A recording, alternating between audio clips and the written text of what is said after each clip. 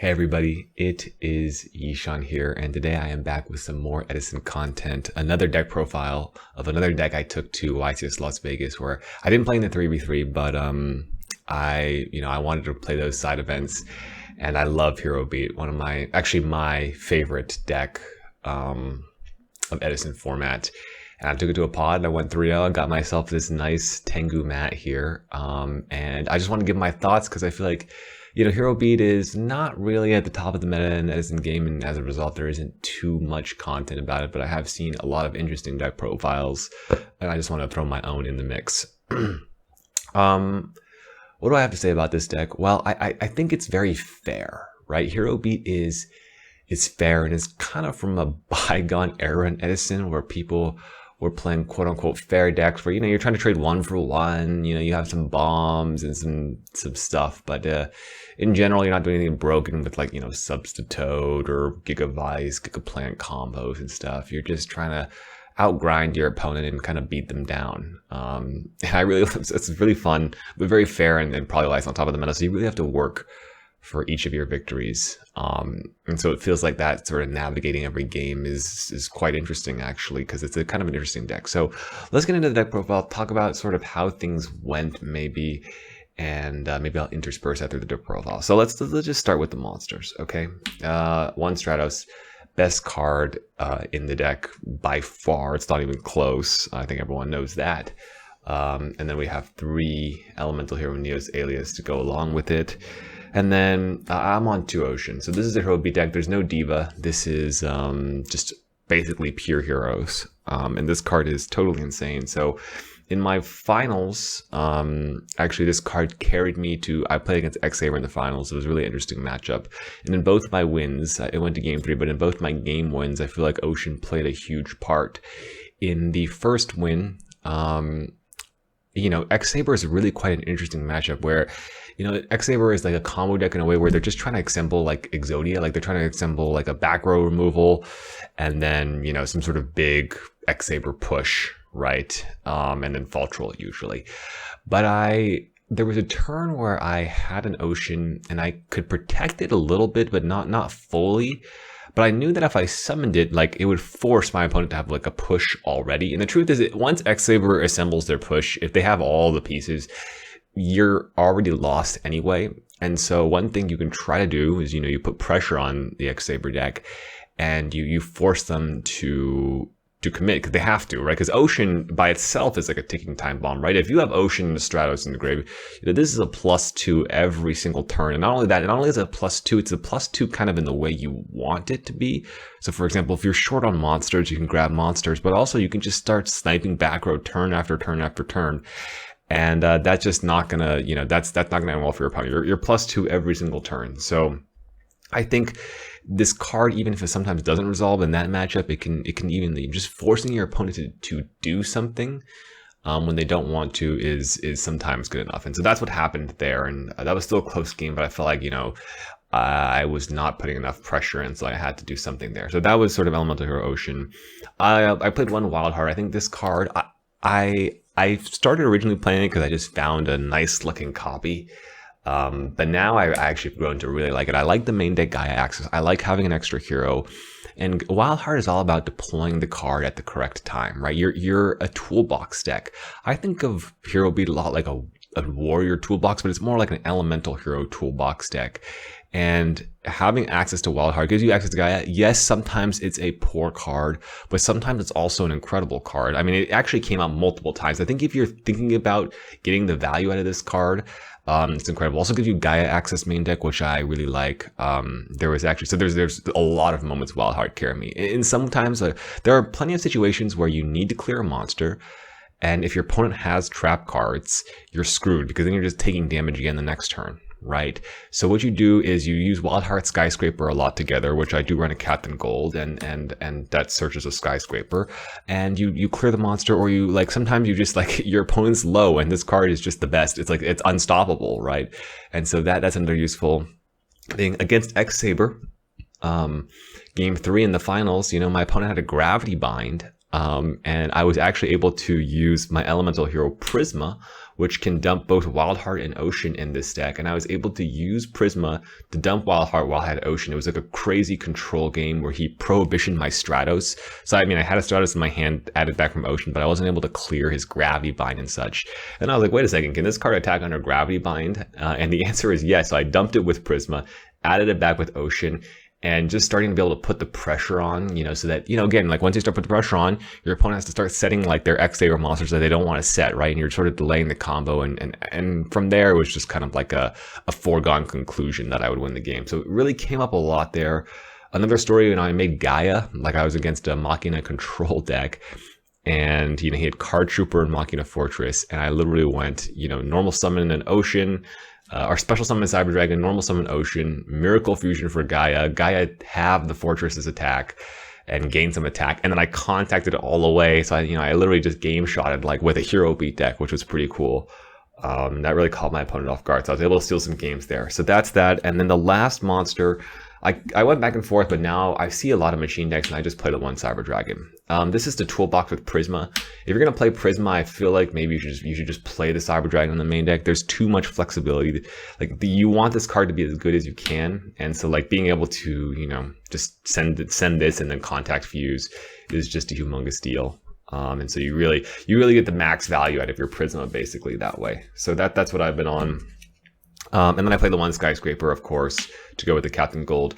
I have always, I started as a meme, but the thing about Hero Beat and that, you're going to have to deal with when you play this deck is sometimes you just don't draw monsters. There are times where, of course, you don't, you just draw like Gemini Spark, Hero Blast, and no monsters.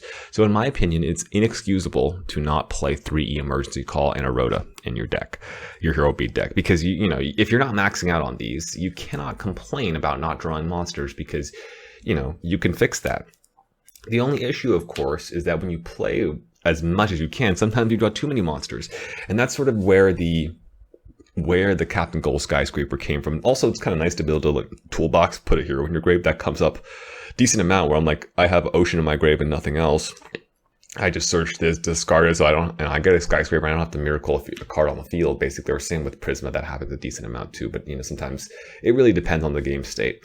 And so you can turn your extra monster into like removal, and that's huge because that makes it. You don't draw too many monsters too often. I mean, it can happen sometimes, but adding the Captain Gold makes that kind of solves that problem almost. So you're really just worried about drawing monsters at that point. And so that's sort of what I'm on currently. And then I play 3 Miracle Fusion. I'm a believer in this. I play the Prisma to make it easier. I play 2 Ocean. I play a Wild Heart. I just think if you're playing a hero deck, you got to play 3 Miracle Fusion. And then I play 3 Gemini Spark, probably one of the the best combo cards in the deck. You got to play 3 because it's the best. And then you live by the Gemini Spark, you die by the Gemini Spark, and that's just how it goes sometimes, guys. And then 3 Upstart. This is I guess I should just say a 3 Upstart like it's standard. I've tried a lot of things. I've tried Legacy. I like Legacy, but I wanted to max out because the problem was like drawing that hero the first turn, drawing that Stratos Axis like a turn earlier is it's an humongous difference. And I liked all the chainable tricks that you could do. The one thing I don't like about Upstart is when I draw like 2 or 3, it feels like it takes it's just so hard to kill your opponent. This deck doesn't have that many monsters. So Upstart is like not the perfect card, but neither is Legacy of Yatagarasu, honestly. And I'm just here to not break as much. But I will say if you play, like, the life points do matter because this deck, it can just run out of monsters sometimes. And giving your opponent like 2,000, 3,000 life points sometimes just feels like it's like, oh my god, I can't kill this guy. So it's an easy side out, but I just think it's slightly better than Legacy. And then last spell is Mystical Space Typhoon. So I cut Future Fusion from the deck. This is a hot take. I used to think I would never cut Future Fusion because it turned on my Miracle Fusions. But again, I just kept running out of monsters. That was the first thing. Also, it was a little slow, and sometimes it was like a horrible top deck late game. And this, I just feel like I want to win the late game. Like this deck grinds a lot sometimes, and I want to win the late game. And Future Fusion it was not making enough of an impact because I didn't have a good way to convert off the Foolish Burial, except for sometimes Hero Blast and sometimes a fast Miracle Fusion. But a lot of times that's not good enough. And I also cut Call of the Haunted from my list because I just found it was dead too much, especially in the early game. And so I went to this point where I'm like, okay, like I'm just gonna play. I want every card to be good, basically. The only bad card late game really is maybe like Trap Dust Shoot sometimes. But Trap Dust Shoot is just better than Future Fusion, honestly, in this deck, I think. So I mean, it's just too good. So that's sort of where I was. I think it's a hot take, but that's what I am for now. And I haven't really missed it, especially since I cut Call of the Haunted. There really doesn't seem to be any need there. So there's that. Traps, it's all pretty standard. 3D Prison, 2 Bottomless, 2 Hero Blast. 2 Skill Drain. Now this is interesting. Skill Drain has been less and less good for me recently. I kind of want to, in my Machina Gadget deck, I played 1 Oppression. I kind of want to try 1 Skill Drain, 1 Oppression inside the other 2 both, just to sort of diversify a little bit, as well as, like, because drawing 2 of the same Floodgate is completely useless most of the time. But I'll have to see. Like, Skill Drain has not been as effective late, and I see maybe Oppression being more effective. You know, I'm missing 1 spot in the deck, so I just played a Compulse. I think this card is actually quite solid. It's sometimes completely useless if they're just beating you down with like normal summons, but it actually finds it's pretty useful. There's a lot of different uses for it. You know, I went 1 game where I Heavy Stormed, my opponent tried to Gemini Spark my Alias, and then I tried to compulse it back to my hand. And so, like, that was like a really, really like favorable event for me, because, you know, if he lets the Compulse resolve, then he doesn't get a draw, and then he's like, okay, well, I'm going to chain my Solemn Judgment now because he was so desperate to get the draw, and then I just, like, you know, I just killed him from there. So that's kind of how that goes. And then, you know, this you got to play this because you're worried about Heavy Storm, Trap Dust Shoot, and then Starlight Road. I always like Starlight Road in this deck. Sometimes it's bad, but since you're not maining, like, the only problem is if you main Oppression, it's a little awkward. I don't like that tension between Starlight Road and Royal Oppression. But I find the card quite useful, because I just think that, like, your biggest nemesis is Heavy Storm. If you can just go like Strato, set 3 traps, you're in a very good spot, right? To control a game from there. So that, and then also, like, a lot of times your opponents, like, it's weird because you don't run that many monsters. Your opponent, when they see 2 monsters on the field, like, they're going to torrential. Like, they're not playing around this card ever, really. And so, you know, you just get free wins because, like, your opponent, oh my god, there's 2 monsters, I can finally get value, like super value, and then you just, you know, beat them with this. So there's that. Okay, extra deck, let's go through this. Honestly, there's really not too much to say. You play 3 Absolute Zero. I play 3 Gaia because it's possible to make 3 with the other Gaias. I play 3 Chimera Tech because these are like the only ones you ever summon. And then these 2 are to reveal for Prisma. By the way, you can reveal off Prisma here too. And then you just need 1 Stardust Dragon. And then you can play this as well, this Elemental Hero Grand Neos. This can be a Prisma target for Neospatian Granule, which is in the side. And then if you were playing Future Fusion, I'd just play these 2 extra targets, but, like, this can dump 2 Aliases, this can dump 2 Cyber Dragons, but honestly, I literally can't think of other cards to put in the deck. So they're just there just in case I want to play Future Fusion again, then they'll go back in. Okay, side deck, let's talk side. 2D Crow, I like this. You can play 3, but again, like, these slow decks, you don't want to brick, so 2 seems fine. It's very, very good against the Forgs. You know, you have Rice or Fishborg usually. And then, you know, it's quite good there. 2 Honest. This is, you know, as you notice, I don't main deck Honest. I just think that you're not trying to protect you like, the card you want to protect in this deck is Ocean, and then you're already playing Skyscraper. So really Honest is for the matchups where I find myself like against Titanial decks, like stuff that's hard to kill, and really Blackwing. So it's like and the Mirror, of course. Because it's very good in the Mirror, but like Blackwings is like, I like when they have Sure include in their hand, it's like unbeatable. Like the deck, that's the one thing where, like, you just get cooked by Blackwings and you are, like, you don't know what to do. But in this case, like, that was my idea. Is like, okay, you know, if they collude, I chain Honest, and it's like GG, like that comes up quite a bit. So this has actually been quite useful on the side. I've liked it. Like, I played against like these, like, the Ancient Gear decks or whatever. Like, I just summon a 3000 beater that I, like, some of my traps don't hit. So this has been actually very useful on the side. I think, like, putting it in the right matchups where it's super effective has been nice. 1 Cyber Dragon just for the machine decks, and maybe, like, you know, like GVs and stuff for going second. Like Blackwing just because Sirocco is annoying. And then 1 Grand Mole. I really like this. My problem with this deck sometimes, like my opponents are just setting monsters like Ember's Blade or Fryco, Hamster, I don't know, Goblin, Zombie, Mystic Tomato, Shiny Angel. Against those decks, like this card is just fantastic. I mean, it's just like it's good against Absolute Zero too. So putting it in at the right time, like it just carries games, honestly. And you know, I annoy with my opponents quite a bit with it. Like it's very good against the Machina deck, which I used it like really well there to just, okay, you're gonna have to do something besides say your Hamster, because I'm just bouncing it and then attacking with my Stratos. Like you have to commit. And then when they commit, boom, you hit them with the Cyber Dragon, right? So that's kind of, you know, one move I got there. I really like it. It's also an Earth for Gaia, comes up quite a bit. 2 Noblemen, you know, I just think that like this is the best card against the Machina deck. The Machina Raikou deck, and it's very, very, like, it just deals, this deck has a hard time with set monsters. Like you can play through them, but it's just like when your opponent's relying on the set monsters to carry them and you just hit them with this, it's just like it feels so good. So, but yeah, I don't want to play 3 because it's like so brooky, so I'd rather just play Grand Mole, which is like can be good in the situation as well, plus good in other situations. So that's where that is. And then I side the Heavy Storm. Honestly, I'm considering maining it, but I don't put it in all the time. You know, there are like, you know, sometimes you play against like Light Swarm, like you don't need this crap game 1.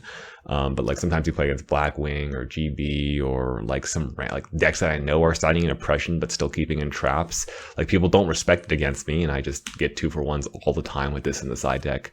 So I like it in the side. And then, you know, I used to be playing 3 of each of these, but they have been less useful for me lately, so I cut them down for the Honest.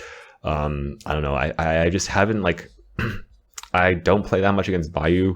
I haven't recently, so I haven't been putting these in, and then I haven't played against much Light Sworn or Fairies either. But so I cut them down to 2 because I just don't see them as much. And then I play 2 World Oppression.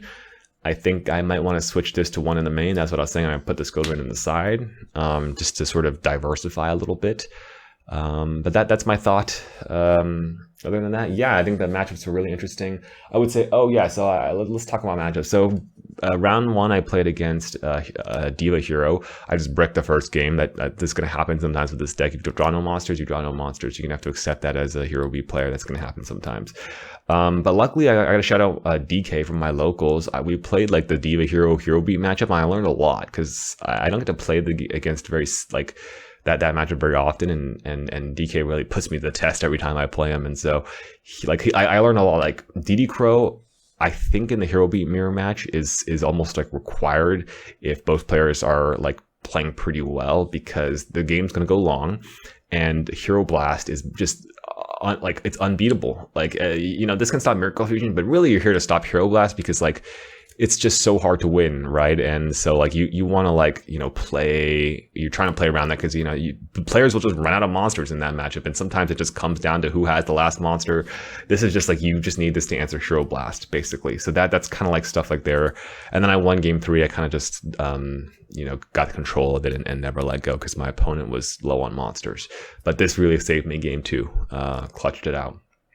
Round 2 was against the Machina Control. I think I talked about Grand Mole in that matchup, as well as you know, the whole like Cyber Dragon like Gaia gameplay. So there was that. And then round 3 was against X Sabers, where I already went through some of the stories with like the Wild Heart in the ocean. And yeah, like X Saber is a matchup where I'd side this in against, because I know like Prohibition grab, like, you know, X Saber loves this kind of stuff, level limit, all that stuff. So gotta, you know, hit him with the Heavy Storm there. But other than that, yeah, everything was quite good. It was really fun to play. I only like bricked like twice. That's not bad. I feel like maybe like once or twice. Everything else was pretty playable. And yeah, that's all I got, guys. I hope you guys enjoyed the deck profile. Let me know what you guys think about my choices. If you got any Hero Beat ideas of your own, let me know, and I will see you all in the next one.